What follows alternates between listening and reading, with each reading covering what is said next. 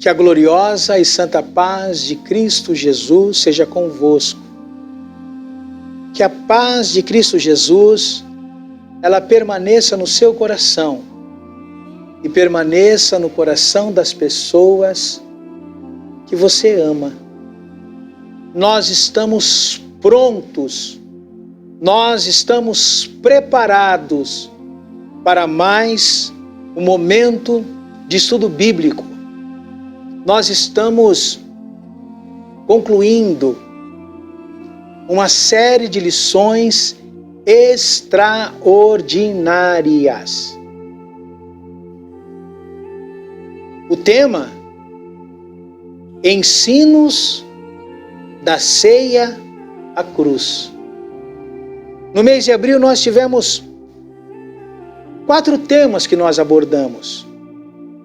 E hoje nós vamos concluir essa série de estudo e nós vamos falar da realidade da igreja através dos tempos.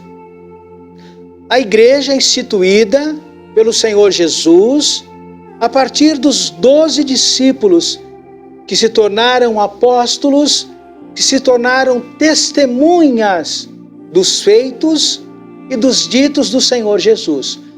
Nós vamos falar nesse 5º e último estudo sobre a realidade da igreja através dos tempos, através dos séculos, através das eras. E eu vou aqui usar um expediente, já que nós estamos concluindo essa série de lições. Vamos relembrar o que nós refletimos no dia 3 de abril. Nós teremos, no decorrer do mês de abril, a oportunidade de estudar uma série de lições, 4 lições, que tem como tema Ensinos da ceia à cruz. Esses 4 ensinos estão fundamentados em um período que se dá desde o momento em que o Senhor Jesus institui a ceia com seus discípulos, quando ele come a última Páscoa com eles, até o momento da sua morte, por isso a cruz. Esses estudos, eles compreendem um período de tempo que está registrado no Evangelho segundo João, do capítulo 13 até o capítulo de número 17. O capítulo de número 13 tem um fato bastante emblemático para a igreja cristã, que é a instituição da ceia, o lava-pés. E no capítulo 17 nós temos o que nós conhecemos como a oração sacerdotal. Então nós vamos considerar a cada sábado um ensino. Hoje nós vamos falar sobre a realidade do mundo onde vive a igreja. A nossa compreensão é exatamente essa. As forças opositoras contra a igreja, em todo tempo elas foram enormes. Me recordo do texto sagrado do livro do Gênesis, o livro das origens, naquele texto conhecido como Proto-Evangelho, ali quando o Senhor fala e já declara a vitória da igreja sobre o mal. O Senhor nosso Deus fala ao inimigo das nossas vidas, fala que nós iríamos pisar na cabeça do inimigo das nossas vidas, no entanto ele iria ferir o nosso calcanhar. As forças opositoras contra a igreja, elas sempre existiram e elas são de várias ordens. No entanto, nós somos lembrados que apesar da fragilidade humana e da oposição natural do mundo, a igreja em Cristo Jesus é insuperável. Graças a Deus, graças a Deus. Agora, nós vamos relembrar o que nós falamos no 2º sábado do mês de abril, dia 10, que estava a ministração da lição a cargo da classe número 2. O tema, a realidade dos discípulos. Homens que foram chamados nominalmente pelo Senhor Jesus, nominalmente pelo Senhor Jesus. Homens que tinham suas próprias características, homens que tinham seus sonhos, homens que tinham a sua visão de mundo. Qual era a realidade dos discípulos? Eles foram chamados pelo Senhor Jesus. Aqueles discípulos se tornaram apóstolos. O que são apóstolos? Apóstolos são testemunhas. Eles conviveram com o Senhor Jesus um período de cerca de 3 anos e meio.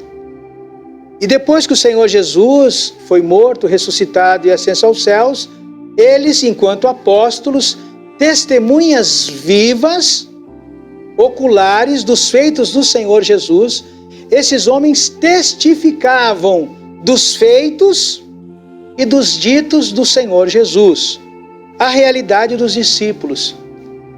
E qual a conclusão que nós chegamos? Vamos voltar a esse estudo.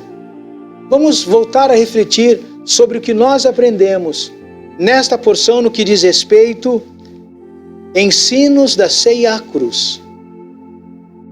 O texto que nós vamos usar é Marcos 3, do 13 ao 19. Qual que é o nosso objetivo com essa lição de hoje? O nosso objetivo é levar o estudante a refletir sobre a realidade dos discípulos de Jesus. Nós vamos entrar agora num cenário muito profundo, muito específico, que é o cenário da passagem de Jesus na terra, no momento que ele chama os 12. Nós entendemos que não somente no caso daqueles que foram chamados nominalmente pelo Senhor, mas de todo homem, de toda mulher que se achega ao Evangelho, existe uma necessidade de uma conversão. E essa conversão, na verdade, é uma transformação que é provocada pelo Evangelho, pela boa notícia, pela ciência do plano de redenção, do amor de Deus, de um Deus que se despiu da sua glória e veio buscar aquele e aquela que estava perdido, perdida. A conversão é o resultado da transformação provocada pelo Evangelho. O homem natural não consegue vislumbrar o que só o espiritual vê. O que só o espiritual vê. Me recordo de Nicodemos dizendo ao Senhor Jesus: bem sei que o Senhor é mestre, porque ninguém pode fazer os feitos que o Senhor faz se Deus não for com ele. E o Senhor Jesus diz a Nicodemos: é necessário você nascer de novo. O homem natural não consegue vislumbrar o que só o espiritual vê. Louvado seja Deus por sua soberania e sabedoria. Vamos agora caminhar um pouco mais. Dia 17. O estudo a cargo da classe número 3. O tema, a realidade de Jesus. Jesus, o Verbo encarnado. Jesus, que se identificou com o homem. Veja, irmãos, não é o plano de redenção apresentado nas Escrituras, não é o homem que se achega a Deus, não é o homem que se achega aos céus, não. O plano de redenção fala de um Deus que de maneira sobrenatural se torna homem.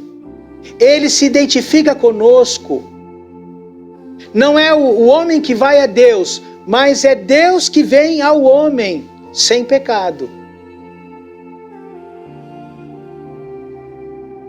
E nós vamos pensar um pouco mais sobre aquilo que nós refletimos no dia 17 de abril. A introdução, João, nós vamos falar do Ensinos da Ceia à Cruz. Ela vai falar da realidade de Jesus e é uma continuação, né, da série de lições, né, do Ensino da Ceia à Cruz, e nós vamos falar o seguinte: muito embora seja um assunto bastante conhecido, haja vista que todas as religiões cristãs, e no Brasil a maioria, né, todas professam e aprofundam na vinda de Jesus, né? Porque a vinda de Jesus representa o resgate do ser humano, né? Mas é um assunto muito empolgante e sempre emocionante reaver o fato, pois afinal é o fato, né, ocorrido que traz esperança para as pessoas. Aliás, é a única esperança que as pessoas têm, que nós temos, né? Muito bem, graças a Deus.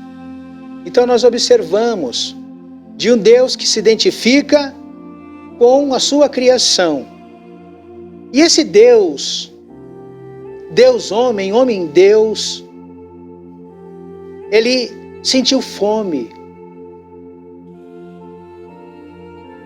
Esse homem, Deus, esse Deus homem, ele foi objeto da prova diante do inimigo das nossas vidas. Esse homem sentiu sede. Esse homem, ele foi rejeitado. Esse homem, um dia, ele se achegou a um determinado lugar onde havia luto, e esse homem, ele chorou, ele se identificou conosco.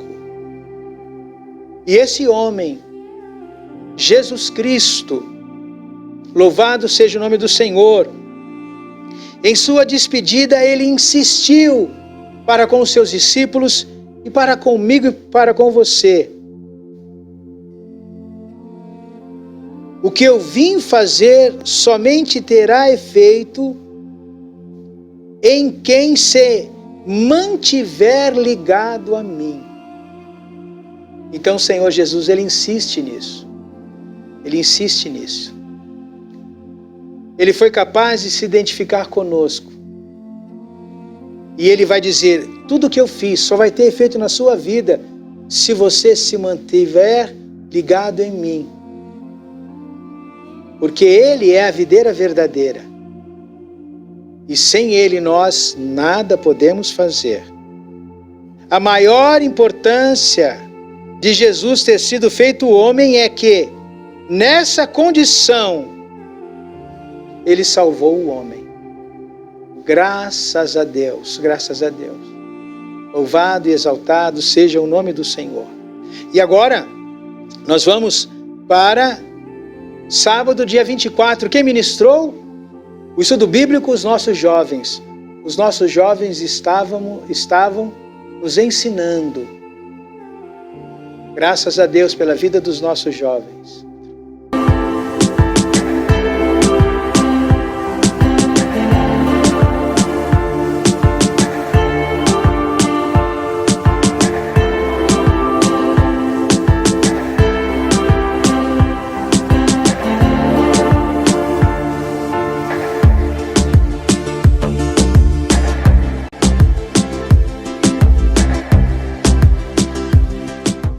E hoje nós vamos continuar com o tema em que nós estamos estudando: Ensinos da Ceia à Cruz. Vamos olhar para acontecimentos que estão contidos nesse período, no período entre a ceia e a crucificação de Jesus. Então, seja bem-vindo e vamos iniciar mais essa escola bíblica. Com vocês agora, o nosso irmão Arthur. E como já dito anteriormente, nós abordaremos o tópico a realidade do Evangelho nas pessoas. O texto que a gente vai usar como base, ele está no Evangelho de João, no capítulo 16, nos versículos de 8 a 11. Esses versículos dizem o seguinte: E quando ele vier, convencerá o mundo do pecado, da justiça e do juízo. Do pecado, porque não crê em mim. Da justiça, porque eu vou para o meu Pai, e não me vereis mais. E do juízo, porque o príncipe deste mundo está julgado. Aqui Jesus está falando aos discípulos que ele não iria dali um tempo estar mais entre eles, pois era necessário ele ir para que o Consolador viesse. E este Consolador, que é o Espírito Santo, ele teria como missão principal convencer o mundo no que se refere a 3 coisas principais. A primeira seria o pecado. Mas por que o pecado? Porque muitos não creram em Jesus como sendo o Messias que seria enviado por Deus para salvar o mundo. E o Consolador seria aquele que iria convencer todo homem de quem realmente é Jesus, com toda a sua obra e com todo o seu propósito. A segunda coisa seria a justiça. Após a ressurreição, Jesus voltaria ao lado do Pai e pessoalmente nunca mais o veriam. Então, o Espírito Santo faria justiça em todos os sentidos na ausência de Jesus. A terceira e última coisa seria o juízo.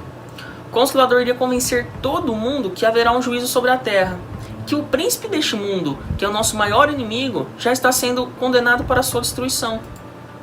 Mas afinal, qual que é o objetivo da nossa lição de hoje? Nosso objetivo hoje é levar o estudante da Bíblia a refletir sobre a realidade do mundo em que se vive a igreja. O que sabemos sobre a credibilidade de Jesus e entre os seus ouvintes diretos é que a grande maioria o rejeitava tanto que eles estavam dispostos a eliminar Jesus. E que por diversas vezes Jesus teve que se ausentar para que não fosse morto antes da hora. Embora sua pregação, suas atitudes e seus feitos milagrosos, os homens de Israel juntaram-se furiosamente contra Jesus. E os discípulos de Jesus presenciaram isso em diversas ocasiões e circunstâncias. E Jesus sabia que essa rejeição impactaria negativamente os seus discípulos. E na sua despedida, no capítulo 13 de João, nos versículos 19 e 20, Jesus ele diz o seguinte: digo isso a vocês agora, antes que aconteça, para que, quando acontecer, vocês creiam que eu sou quem eu sou.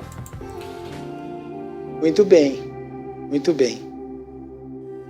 É preferível aos homens, sem o Evangelho, qualquer caminho, desde que não lhe exija arrependimento e converter-se. Isso é extraordinário, isso é extraordinário, isso é extraordinário. Sem Deus é impossível encontrar o sentido pleno da vida. E existem pessoas que procuram de toda maneira fazer muitas coisas. Pessoas que empenham verdadeiramente a sua vida inteira, buscando um verdadeiro sentido na vida. Buscando métodos, buscando filosofias, buscando religiões, buscando até mesmo um ato de impor sobre si mesmo algum tipo de dor, de sacrifício, alguma coisa em relação à própria penitência. As pessoas, elas fazem de tudo, muitas vezes, para procurar o sentido da vida, para encontrar algo que realmente lhe dê motivo para viver. E por que tanto sofrimento? Por que tanta dor? Por que tanta perda de tempo? Simplesmente porque eles não querem se arrepender. Eles não querem mudar a sua vida. O que tem que fazer? Tem que pagar? Eu pago. O que tem que fazer? Eu tenho que acordar, tenho que ir na igreja? Eu vou acordar e vou na igreja. O que tem que fazer? Eu tenho que ajudar quem está com alguma necessidade, eu vou fazer. Mas as pessoas, elas fazem uma série de coisas. Elas fazem praticamente tudo, mas elas não se permitem se arrepender e mudar a sua vida. A realidade do Evangelho nas pessoas. É necessário confessar os seus pecados. É necessário nós confessarmos os nossos pecados. É necessário nós nos arrependermos. E é necessário nós mudarmos de vida. É necessário. E por meio do Evangelho nós temos a nossa vida transformada. Isso é muito importante. É muito relevante a gente pensar sobre isso. Filosofias, autoajuda, métodos, um monte de coisa. Muitas coisas. Para quê? Para quê? Simplesmente para não ter que assumir a sua responsabilidade. para não ter que se arrepender, para não ter que mudar de vida, para continuar no pecado. Muito interessante, muito interessante. Mas agora, no adiantar das horas, nós vamos falar propriamente desse fechamento. O tema, o 5º estudo dessa série, que conclui Ensinos da Ceia à Cruz, a realidade da igreja através dos tempos. Então nós vamos imaginar uma igreja que é instituída pelo Senhor Jesus, vamos compreender essa igreja, o Senhor Jesus dizendo a Pedro, dizendo aos discípulos, quem diz o homem que eu sou? Ora, o Senhor é um dos profetas, uns dizem João Batista, as pessoas elas não falam com clareza quem é o Senhor. Tudo bem, mas e vocês que andam comigo? E vocês que comem comigo? Quem vocês dizem que eu sou? E Pedro, Cefas, diz, tu és o Cristo, Filho do Deus vivo. E Cristo diz para ele, que iria edificar a sua igreja sobre essa pedra fundamental, que é quem? O próprio Cristo. Então ali o Senhor Jesus está falando assim, olha, e sobre esta pedra, o próprio Cristo, não pedra no sentido de Pedro como pedra, mas essa pedra de quem Pedro falou, o próprio Cristo, o Senhor Jesus iria edificar a sua igreja. E as portas do inferno não iriam prevalecer sobre elas. Nós podemos entender aqui que a realidade da igreja através dos tempos, através das eras, nós tivemos um período em que viveu os apóstolos, né, a igreja primitiva, o primeiro século. Depois nós tivemos ali um período conhecido como os pais da igreja, patrística. Depois nós tivemos ali a Idade Média. Então nós passamos por várias eras, várias etapas. E como a igreja se comportou diante de tudo isso? Certamente nós já sabemos e fomos lembrados com muita oposição. Muita oposição. E aí então nós vamos entender por que a igreja não sucumbiu diante de tudo isso, diante das dificuldades que a igreja viveu. A igreja viveu dificuldades de pessoas que Pedro vai falar isso na sua carta. Quando nós nos convertemos ao Evangelho, antes de nos converter, nós pertencemos a um grupo de pessoas. Os judeus estavam nas sinagogas, os pagãos estavam nos templos pagãos. Mas quando eles se convertem, eles se voltam para Cristo e eles não acham lugar mais nem na sinagoga e nem junto aos templos pagãos. Então eles começam a ser rejeitados. Existe uma perseguição, eles são isolados, eles começam a perder o emprego, é um tipo de perseguição. Mas depois também tem uma perseguição política, existe uma perseguição religiosa. Até nós chegamos no século XVI, quando temos ali, então, em 1517, dia 31 de outubro de 1517, uma data que ficou marcada como a data da Reforma Protestante. Nós tivemos um período muito longo. E mesmo depois da Reforma Protestante, nós vamos ver que ainda hoje, o próprio nome do Senhor Jesus, ele traz separação entre mesmo os cristãos. Então não faltou oposição. Então é uma pergunta importante para se fazer. diante de tanta oposição humana e espiritual, como que a igreja conseguiu viver? Qual foi a realidade da igreja em todas essas eras, esses séculos?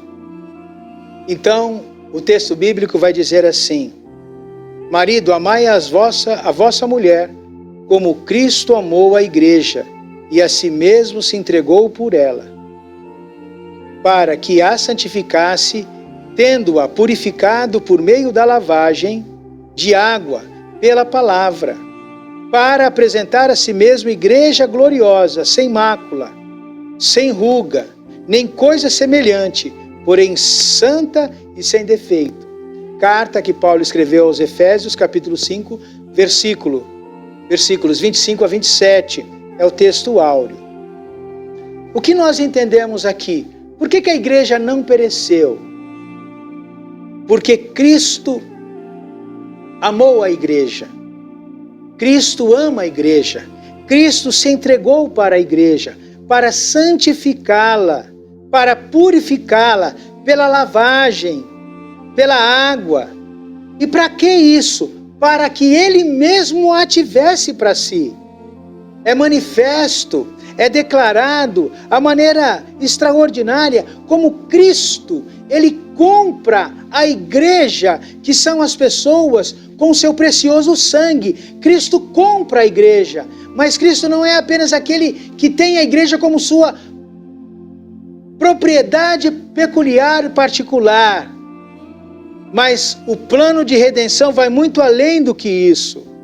Porque através dos tempos, quando nós entendemos, nós vemos que essa igreja adquirida, comprada, ela também é cuidada, ela é zelada e ela é preservada pelo próprio Senhor Jesus Cristo. Me permita aqui falar de alguma coisa pessoal, mas eu acredito que é importante. É importante. Quando o papai conheceu a mamãe, meu pai era mecânico de máquina de costura, minha mãe era uma costureira. Uma overloquista que trabalhava no bairro do Bom Retiro, para judeus. Meu papai também trabalhava para judeus.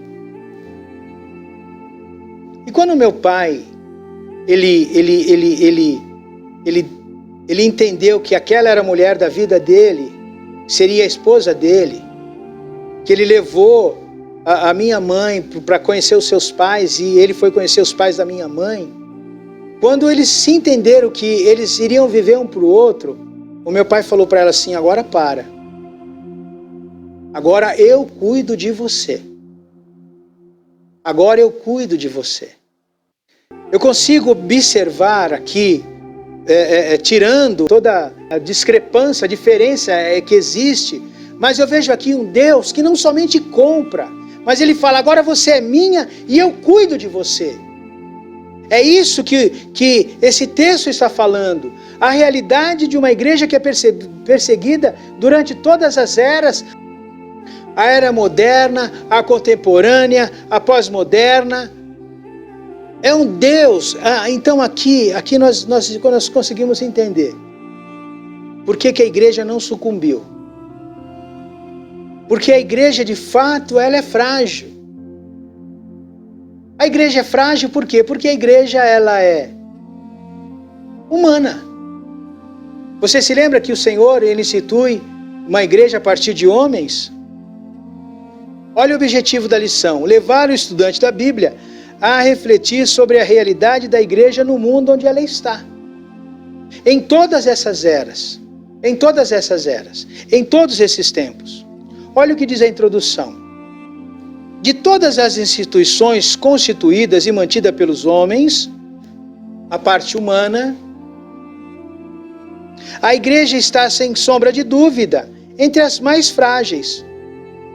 Contra ela qualquer um fala o que pensa e o que quer contra a igreja. Mesmo os que se declaram cristãos, por vezes os vemos em aberta oposição e zombaria e deboche contra o cristianismo. Recentemente eu preguei e falei sobre isso. Pedro vai dizer que no meio da igreja existia um homem que zombavam. Ué, diz que Jesus viria. Aonde está a promessa da sua vinda? Pior ainda, é ver que alguns escarnecem da igreja e do seu fundador, como se eles estivessem acima de Deus e da sua palavra. É interessante dizer isso aqui, porque existem pessoas, como se tivesse cabimento, alguém dizer que acredita em Deus, mas não crê nas Escrituras.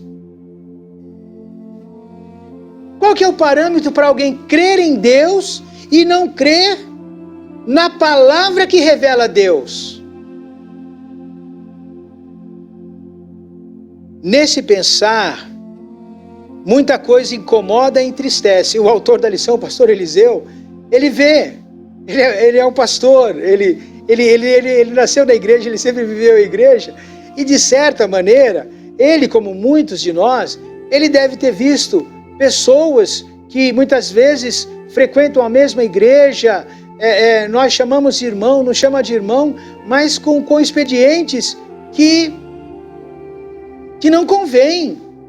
E até mesmo muitos outros, né? Porque o cristianismo, nós vamos ver aqui na lição, que o nome de Jesus, ele é motivo de distensão entre as próprias famílias.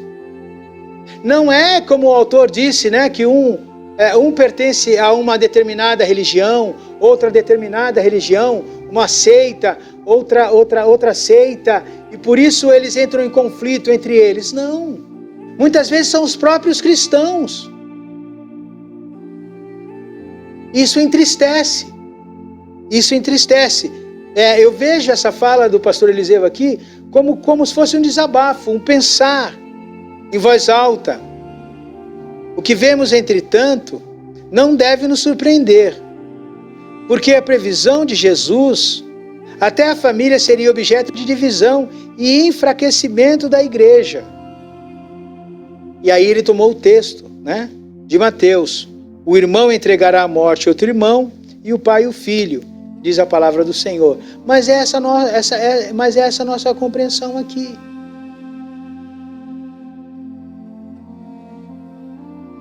A oposição, que é muito grande, de todas as ordens, as dificuldades, as perseguições, aquelas que são declaradas e aquelas que são veladas, nós podemos observar, nós sabemos o que é isso. A reflexão 1. Os olhos de muita gente, em todos os tempos, em todas as classes e em todas as nações da igreja, é vista com desconfiança a quem pensa ser a igreja um escape para os incautos, os ignorantes, aqueles que não têm conhecimento. E aqui o pastor Eliseu vai citar Karl Marx, que foi um filósofo, um homem do seu tempo, que viveu entre os anos de 1818 a 1883, e esse homem, na boca desse homem, existe uma compreensão de muitas pessoas, dizendo que a religião é o ópio do povo.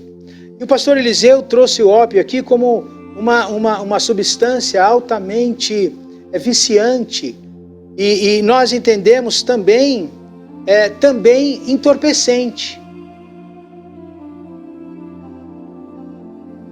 Um cristão, você prefere lidar com quem? Né? Um cristão, nós estamos orando de madrugada e nós estamos falando, né, do manso, daquele que é calmo, né?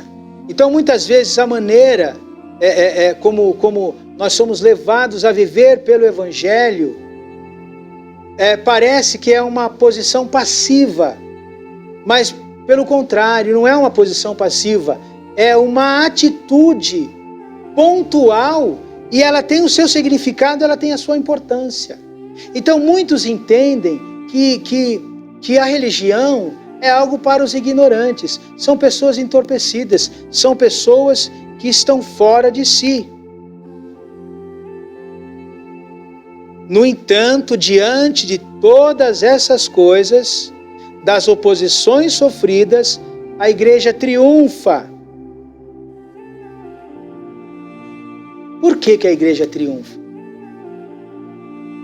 Porque Cristo amou e se entregou por ela, não somente para comprá-la, mas para preservá-la para si mesmo.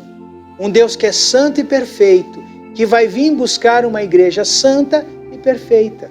Por isso a igreja triunfa. E aí o Senhor, Jesus vai dizer, Mateus vai narrar no capítulo de número 16. Também te digo que tu és Pedro, e sobre essa pedra edificarei a minha igreja, e as portas do inferno não prevalecerão contra ela. É o texto que eu havia mencionado. Mas a igreja ela não vai sucumbir. E nós precisamos de pensar aqui. As pessoas tombaram. Nós sabemos que no primeiro século, sobretudo quando Nero se tornou imperador, em determinado momento em que ele governava sobre Roma, houve uma perseguição implacável contra os cristãos.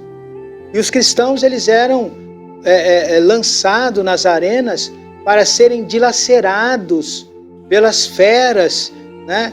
E em todo momento tinha ali uma palavra para que a pessoa negasse a Cristo, negasse a sua fé, né? Fala, diga que você não é um deles, para que você seja poupado disso. E nós sabemos que muitos sucumbiram, muitos morreram. É o caso de Paulo. É o caso de alguém que fala assim, olha, eu cumpri a minha fé. Eu corri o caminho que me estava proposto. Eu me entrego.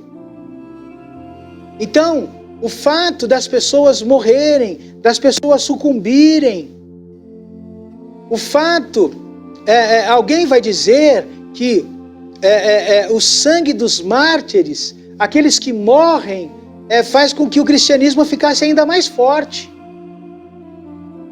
Então, o fato das pessoas, das gerações, ou momentos com mais perseguições, menos perseguições, você nota que a igreja, ela é preservada.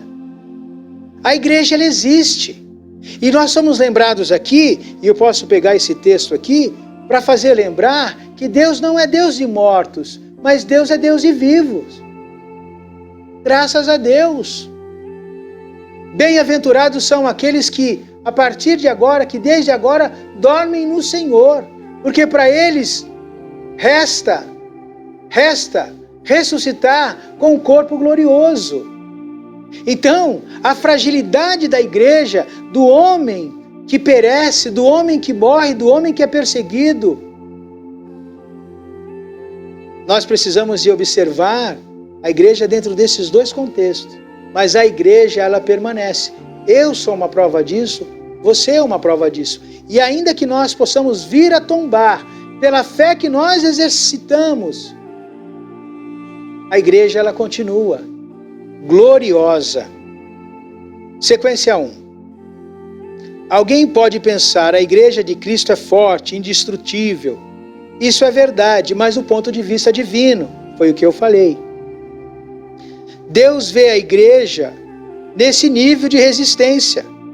Foi com essa visão que o coração de Deus se moveu em favor da igreja, lá no Éden. E eu citei o texto lá, né? Gênesis 3, verso de número 15. Somos nós, as pessoas, a debilidade da igreja.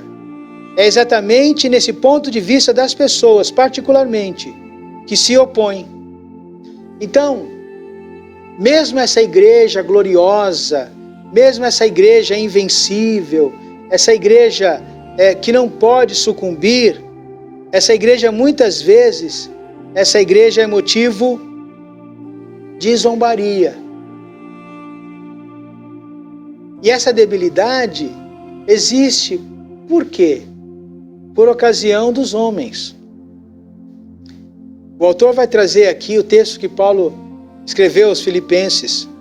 Pois muitos andam entre nós, dos quais repetidas vezes eu vos dizia, e agora vos digo, até chorando, que são inimigo da cruz de Cristo. O destino deles é a perdição, o Deus deles é o ventre. Eles vivem apenas para si mesmo.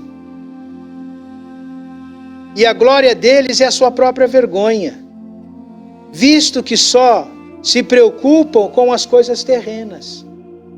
Então, a igreja de Cristo, isso é sabedoria de Deus. Isso é a compreensão de Deus. Mas por que isso é dessa maneira e não é de outra maneira? Porque aqui existe a sabedoria e a soberania de Deus. E em todas essas coisas Deus é glorificado. Em todas essas coisas Deus é glorificado.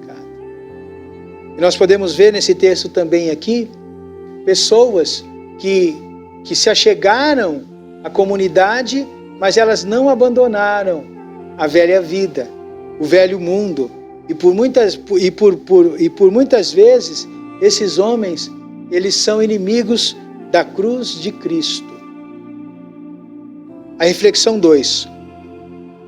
A parte das opiniões desoladoras e dos comportamentos hostis manifestados pelos oponentes ao avanço da igreja, a sua caminhada segue serena em meio à tempestuosa turbulência.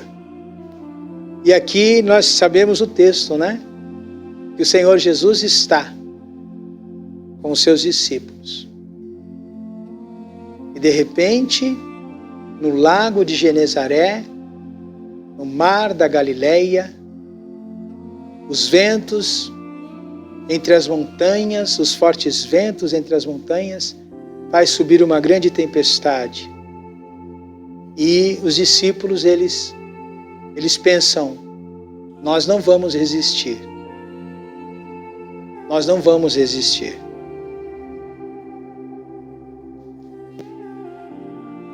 Meu Deus, o Senhor não se importa que a sua igreja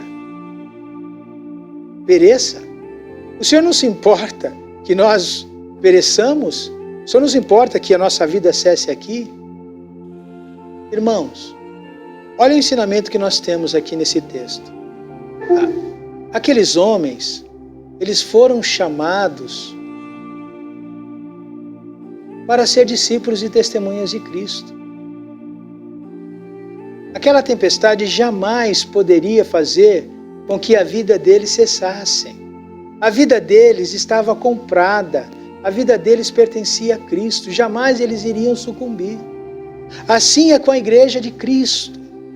Assim é com a igreja. Às vezes nós achamos que nós não vamos resistir, nós não vamos conseguir. A igreja agora acabou, agora ela está sendo perseguida, agora não dá mais. Mas não é verdade, porque Cristo, Ele fala para a tempestade, para o vento, cala-te, aquieta-te.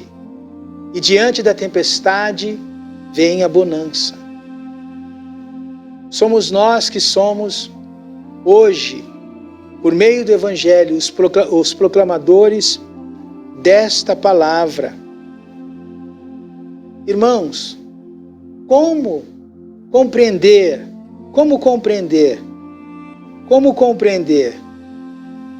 a realidade da igreja através dos tempos, diante de tanta opressão, diante de tanta perseguição? Jó capítulo 42. Jó vai dizer, eu sei que nada pode frustrar os teus planos. Nada pode frustrar os planos do Senhor. Ele se entregou por uma igreja, ele comprou uma igreja, ele preserva uma igreja, e essa igreja é uma igreja gloriosa e santa. É uma igreja irrepreensível. Porque nada, absolutamente nada pode frustrar os planos do Senhor. Os planos do Senhor. E sobre ainda essa questão, o autor da lição vai dizer que o Senhor Jesus fala: eu não vim trazer paz à terra. Eles queriam paz na terra. Os discípulos queriam paz na terra. Como? Eles queriam que Cristo tomasse o lugar de César, de Tibérios. Ele queria que Cristo tomasse o lugar de Tibérios e queria que ali reinasse a paz, porque eles iriam ali ter sobre o trono descendente de Davi, que iria reinar e ter paz na terra. Jesus está falando: não, eu não vim trazer paz na terra, eu não vim trazer paz ao mundo, mas eu vim trazer paz para aqueles que me aceitam como Cordeiro de Deus que tira o pecado do mundo. Eu vim trazer paz para aqueles que se arrependem e se convertem, para aqueles que aceitam o Evangelho e adentram o reino de Deus. Por isso ele diz: eu não vim trazer paz à terra. Claro que não. Claro que não. E aí então o autor, e aqui vou passar para a conclusão, né? O tempo nosso, o tema ele é muito rico, né? E aqui o autor vai trazer o texto, né? De Apocalipse 12. E eis que o dragão contra a mulher foi pelejar. Então aqui é Gênesis 3, verso 15. Né? A semente da mulher, o dragão que causa oposição o tempo inteiro. Essa é a nossa compreensão, nós sabemos disso. Nós entendemos isso. Quase 20 séculos de história. Nós entendemos ali, irmãos, por favor, o Senhor Jesus falando a Pedro, né? Mas nós vemos ali, quando o Senhor Jesus é ascenso ao céu, e lá em Atos, no princípio, nós temos o derramamento do Espírito Santo, tá bom? Quando Pedro ali faz ali o seu sermão, e ali quando pessoas, cerca de 3.000 pessoas, elas se convertem. Então ali, de uma maneira muito pontual, historicamente, nós temos o início da igreja, tá bom? Então isso talvez seja importante a gente considerar também aqui. Quase 20 séculos de história, então nós contamos aqui a ascensão de Cristo aos céus, o derramamento do Espírito Santo, sua geração, número de centenas e outros se levantaram, depois já se encerraram sua batalha e descansaram. São os mártires, são as pessoas que morreram, são as pessoas que defenderam o Evangelho. Ainda é possível ouvir o mais estridente grito do Senhor, o qual jamais cessou de ecoar, dizendo: está consumado, testelestai, está consumado. Jesus falou: está consumado. Graças a Deus. A obra que o Senhor deu, o Filho falando, a obra que o Senhor deu para eu fazer, eu realizei. Está consumado. Aquilo que as Escrituras diziam de mim, está consumado. Graças a Deus. Graças a Deus. A Igreja de Cristo nasceu. Se pudéssemos ouvir o testemunho de cada uma, de todas as gerações cristãs até hoje, certamente eles confirmariam a última aula de Jesus. Nós estamos falando o quê? Da ceia, do cenáculo. Então nós estamos fechando a lição. Do momento da ceia que ele sai do cenáculo e ele vai pelo vale de Cedron, ele vai para o Getsêmani e ali ele vai conversando com os seus discípulos. O autor está dizendo que essa aqui é a última aula que ele está falando ali. E nós fomos lembrados pela diaconisa Rutineia que não foi por meio de parábolas, mas foi por meio de exemplos. Até hoje, certamente, eles confirmariam a última aula de Jesus a dizer: não será fácil ser igreja, mas anime-se, porque eu vivi, eu senti, eu sofri o suficiente para mostrar que isso é possível. O que o autor está falando? Eu me identifiquei com você. Então eu não sou apenas um Deus, como os falsos deuses gregos. Não, eu sou um Deus que sei a dor, conheço a dor. Eu sou um Deus que padeceu por você. E Jesus está falando, é possível ser igreja.